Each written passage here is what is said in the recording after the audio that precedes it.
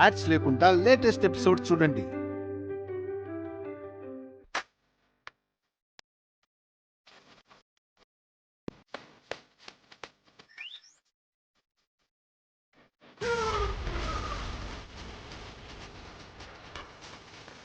ఇది తీసుకో బుల్లమ్మ.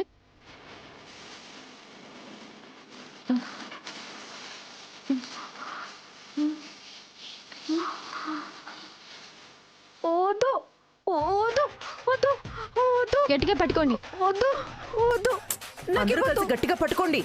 వద్దు వద్దమ్మా, వద్దు.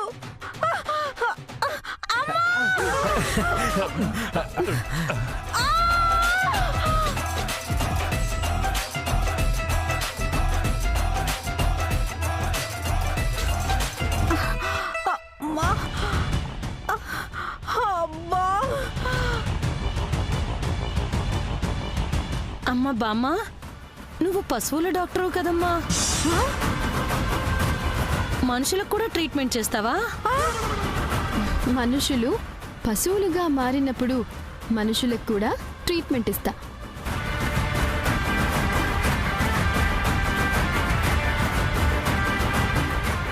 కంపతీసి మనం ఆడిస్తున్న నాటకం సత్యభామ కనిపెట్టలేదు కదా? నాకు అదే అనుమానంగా ఉందే. కనిపెట్టే ఉంటుంది, అందుకే దాంతోపాటు ఇది పడిపోయింది. భామా, తన ప్రాణాలకి ఏం ప్రమాదం లేదు కదా? ఆల్ ఓకే కాంతా, 5 minutes లో అంతా సెట్ అయిపోతుంది.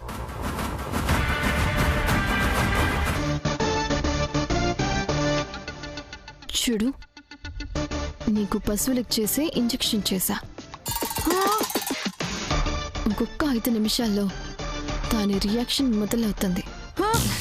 దాంతో నోట్లో నుంచి నురగలు వస్తాయి. తల్లో నరాలు చిట్లిపోయి ముక్కు వెంట నోటి వెంట రక్తం వస్తుంది. ఆ తర్వాత నువ్వు కుక్క చావు చేస్తావు. అమ్మో, నన్ను కాపాడండి ప్లీజ్.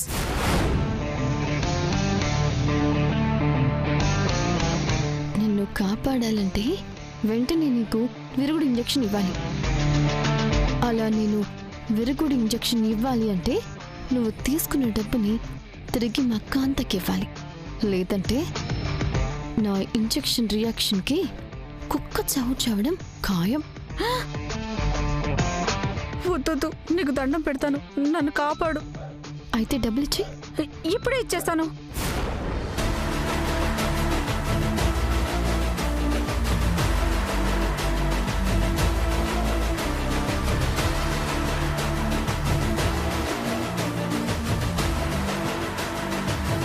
కాంతమ్మ గారు, నేను మీ పార్టీకి వీరాభిమానినండి.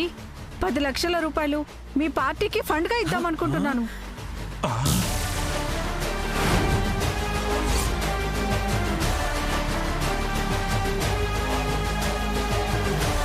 ఇన్నాళ్ళకి మీ పార్టీకి ఫండ్ ఇచ్చే అదృష్టం మాకు కలిగింది. ఇదిగోండి 10 లక్షల రూపాయలు, తీసుకోండి. నువ్వు చెప్పేది నిజమా? 10 లక్షల రూపాయలు మా పార్టీకి ఫండ్గా ఇస్తున్నావా? భార్య గారండి, తన నోటితో తనే చెప్పింది కదండి, పార్టీ ఫండ్గా ఇస్తున్నాను తీసుకోండి అని. తీసేసుకోండి. అవును కాంతా, తీసుకో. వద్దంటే సూరమ్మ ఫీల్ అవుతుంది కదా. తీసుకోండి. థ్యాంక్స్ అండి.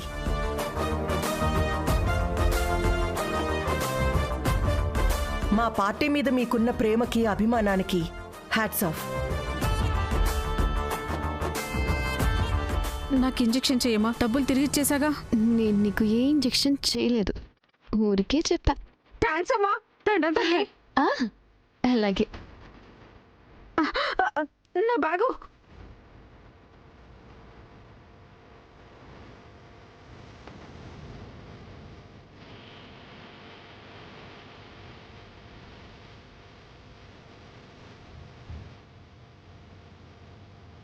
ఇదేంట్రా, నా 10 లక్షల రూపాయలు పోయాయి అనుకున్నా. ఈ రూపంలో తిరిగొస్తాయని నేను అనుకోలేదు.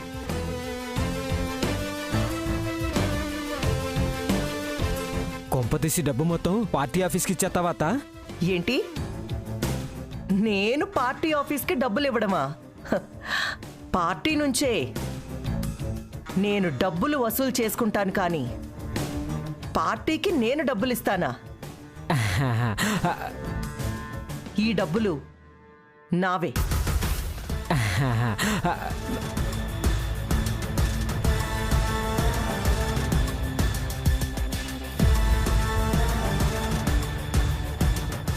టిఫిన్లు చల్లారిపోతున్నాయి, పాదండ్రా.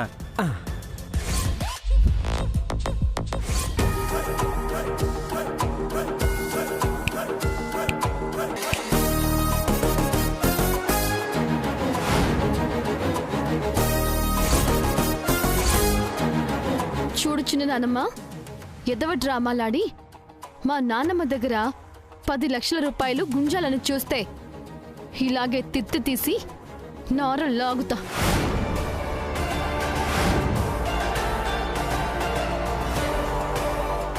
ఈ రోజు తనకి మిస్ అయిన ఇంజెక్షన్ రేపు మీకు పడచ్చు. కాబట్టి మీ హద్దుల్లో మీరుండండి, నా హద్దుల్లో నేనుంటాను. లేదంటే నా సిరంజి నా మాట కూడా వినదు.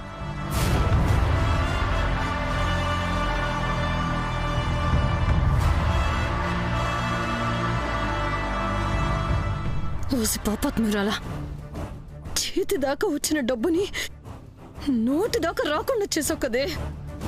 అయినా మేము వదిలిపెట్టమే. ఇంతకీ 10 రెట్లు నీ దగ్గర నుంచి వసూలు చేయకపోతే నా పేరు శాంతమ్మే కాదు. అవునే, రూపాయికి 10 రూపాయలు వసూలు చేయకపోతే నా పేరు కన్నారావే కాదు.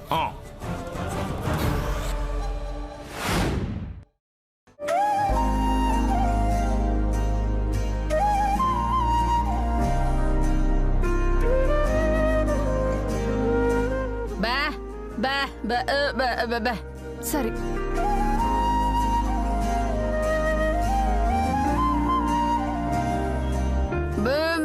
అలాగే. రాత్రి నుంచి మందు తాగలేదు, నాలుక లాగేస్తోంది. జేబులో సుత్తే పైసా లేదు. ఏదో ఒక నాటకమాడి నా కూతురు దగ్గర నుంచో కొడుకు దగ్గర నుంచో ఓ 500 నొక్కేస్తే నా 4 పెగ్గులు వేసేయచ్చు.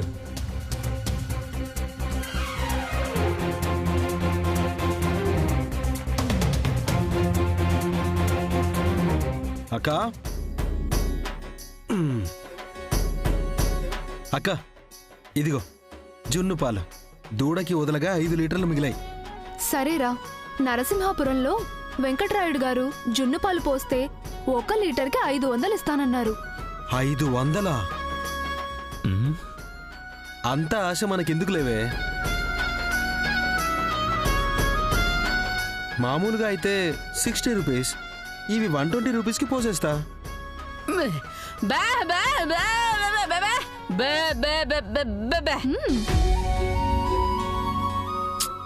తప్పు నానమ్మా. తప్పేట్రా తప్పు? మనమేమన్నా ముష్టి అడుగుతున్నావా ఏంటి? అతనే కదా ఇస్తానాడు. వెళ్ళి పోసురా పో. సరేలే, మరీ 500 వద్దులే, 200 తీసుకుంటానులే. నువ్వు మారవురా, నువ్వు మారవు అంతే. కాలు పట్టేసిందిరా. ఏమైంది నాన్న? అడుగు తీసి అడుగేయలేకపోతున్నాను రా. ఏమైంది నాన్న? కాలు పట్టేసిందిరా. కాలు పట్టేసిందా? అమ్మా.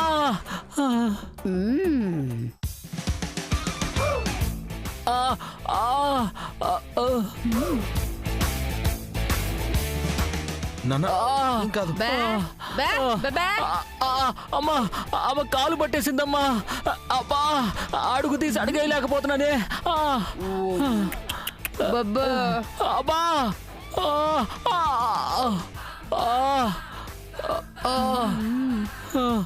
అమ్మో అమ్మో, అమ్మా అమ్మా. నాన్న కాలు పట్టేసిందా నాన్న? అవునన్నా. అడుగు తీసి అడుగు వెయ్యలేకపోతున్నావు కదూ? అవును తల్లి, అవును. అమ్మా అమ్మా. అవునా నాన్న? పాపం నాన్న, అర్జెంట్ గా హాస్పిటల్కి తీసుకెళ్ళాలి. అవునరా తమ్ముడు, ఒక 500 ఇస్తే నాన్న హాస్పిటల్కి వెళ్తాడు. నా బంగారు తల్లి, నా బంగారు తండ్రి.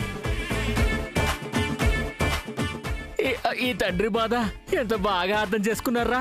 మీరు బేగ 500 ఇచ్చేస్తే నేను హాస్పిటల్కి వెళ్ళి వచ్చేస్తాను. అవునా నాన్న? అక్క 500 సరిపోతాయా? ఇంకో 500 ఇద్దామా? ఇంకో 500 దేనికిరా? అంటే డాక్టర్ గారు టానిక్ రాస్తారు కదా అక్క, పెద్ద టానిక్. ఆ టానిక్ తాగాడంటే నాన్నకి నొప్పులన్నీ తగ్గిపోతాయి. నా బంగారు పిల్లలు, బేగిచ్చేయండి బేగిచ్చేయండి. హాస్పిటల్కి వెళ్ళి వచ్చేస్తాను. అమ్మో పాము. ఎక్కడ పావు? ఎక్కడ పావు?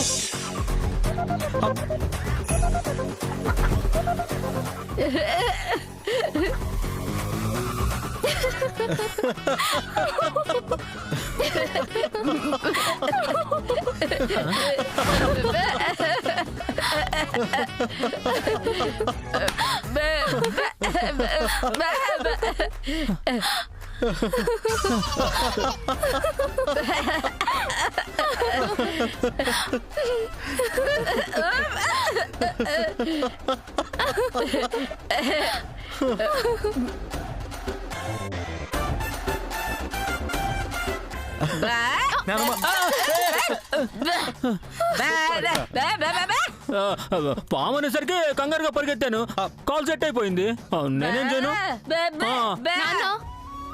తమ్ముణ్ణి చూడు, రేయనక పగలనక ఎండనక వాననక గొడ్డులా కష్టపడి డబ్బులు సంపాదిస్తున్నాడు. వాడి కష్టార్జితాన్ని నీ తాగుడికి తగలెట్టడానికి నీకు మనసులో వచ్చింది. ఏటే నేను తాగడానికి అడిగానా ఏటి? వదిలే అక్క, నాన్న గురించి తెలిసిందే కదా. నేను నరసింహాపురం దాకా వెళ్ళొస్తాను. అలాగే జరగక.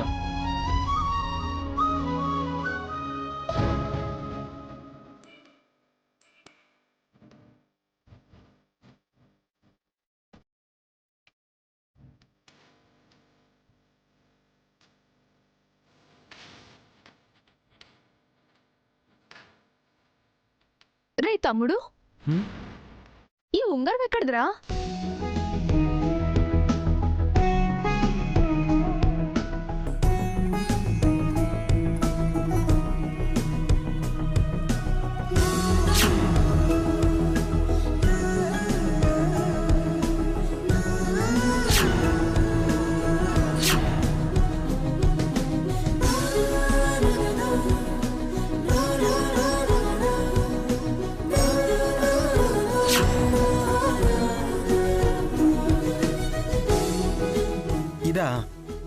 నిన్న పాలు పోయడానికి వెళ్తే ఒక అమ్మాయి నాకు చెప్పకుండా పాల బండి తీసుకెళ్ళింది. ఓ, వెంటబడి పట్టుకునేసరికి పాలన్నీ విరిగిపోయాయి. దాంతో నష్టపరిహారంగా ఈ ఉంగరాన్ని తీసుకున్నాను.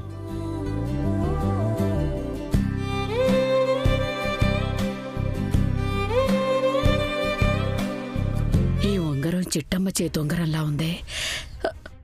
అవును, ఇది ఖచ్చితంగా చిట్టమ్మ ఉంగరమే. వద్దులే, ఈ ఉంగరం చిట్టమ్మదని చెప్తే వీడెళ్ళి నా మరదలు ఇక్కడే ఎక్కడో ఉందని వెతుకుతాడు. దాంతో ఈ భాస్కర్ గారు నన్ను తిడతాడు. వద్దులే, నేను మాత్రం బయటపడను. అమ్మో వద్దు.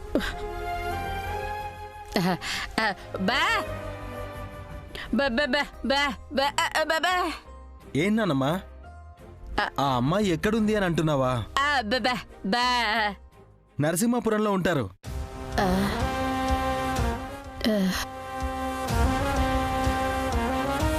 నరసింహాపురమా?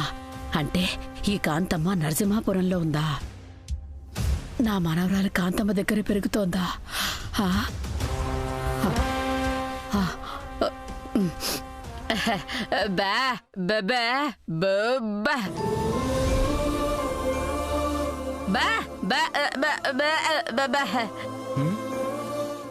ఏంటి?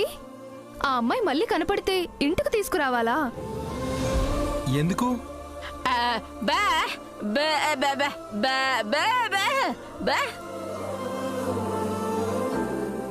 ఏటి మాట్లాడుతున్నావు నువ్వు?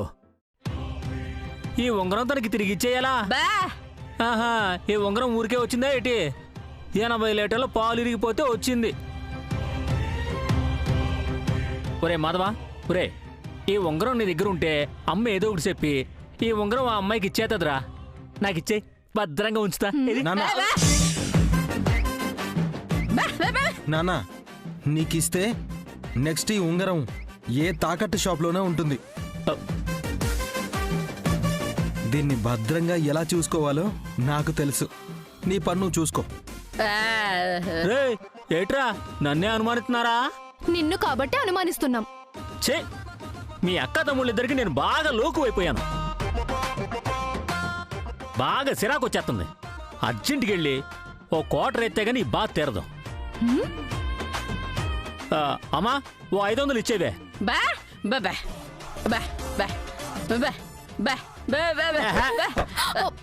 మీరివ్వకపోతే ఏటే, నా తాగుడికి ఎలా సంపాదించుకోవాలో నాకు బాగా తెలుసు. ఏట్రా, ఏటే బండి అడిగావా?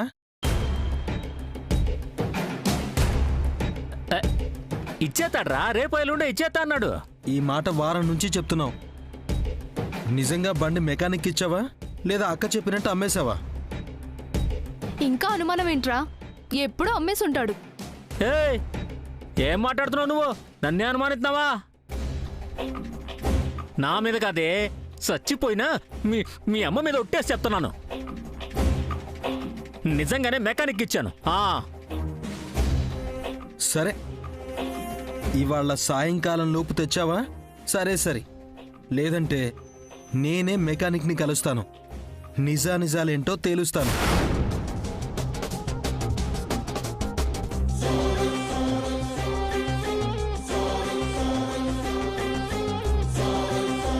ఈడి గనక మెకానిక్ గని కలిశాడంటే కొంపలు అంటుకుంటాయి. అర్జెంటుగా మెకానిక్ గని కలిసి నా కొడుకొస్తే ఏదో ఒక అబద్ధం చెప్పేమని చెప్పాలి, అంతే.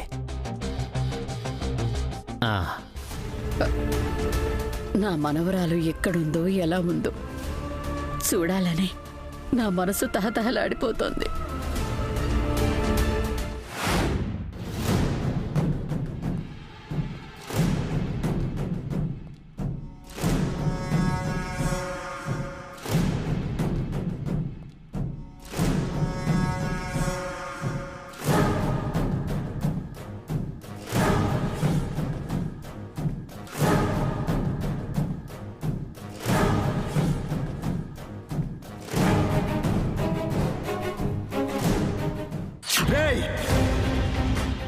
రారా,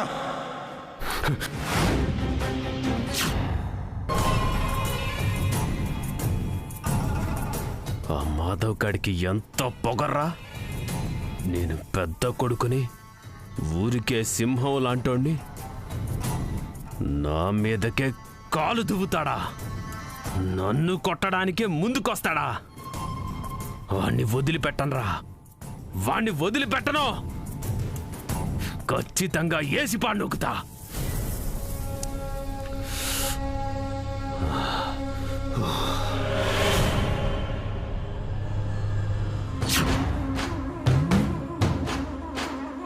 ఎవర్రాదే?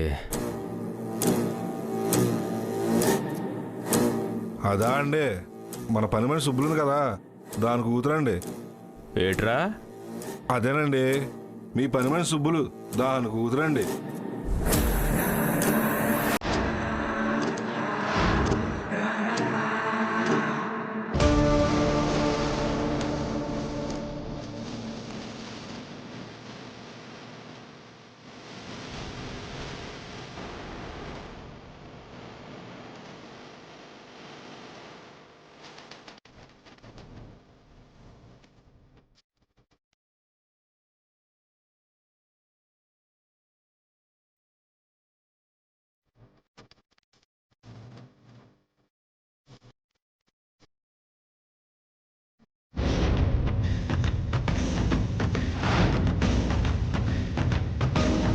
ఈ వెత వేషాలే మానుకోమని చెప్పాను. త్వరలో ఆ కాంతమ్మ మనవరాలకి నీకు పెళ్ళేర్పాట్లు చేస్తాను. అప్పటిదాకా ఈ పిచ్చి వేషాలు తగ్గించుకో. రేయ్, నువ్వు పోరా.